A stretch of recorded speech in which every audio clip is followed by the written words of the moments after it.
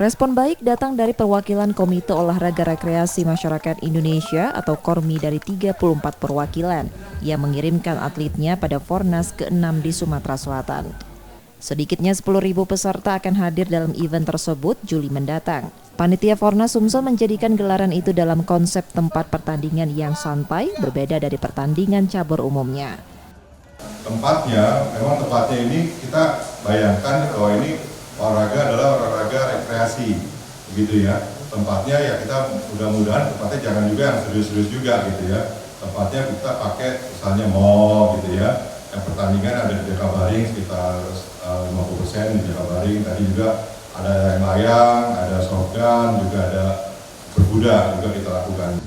Tuan rumah Sumsel berharap ajang Fornas ke-6 menjadi yang terbaik dari antusias peserta dan pelaksanaan.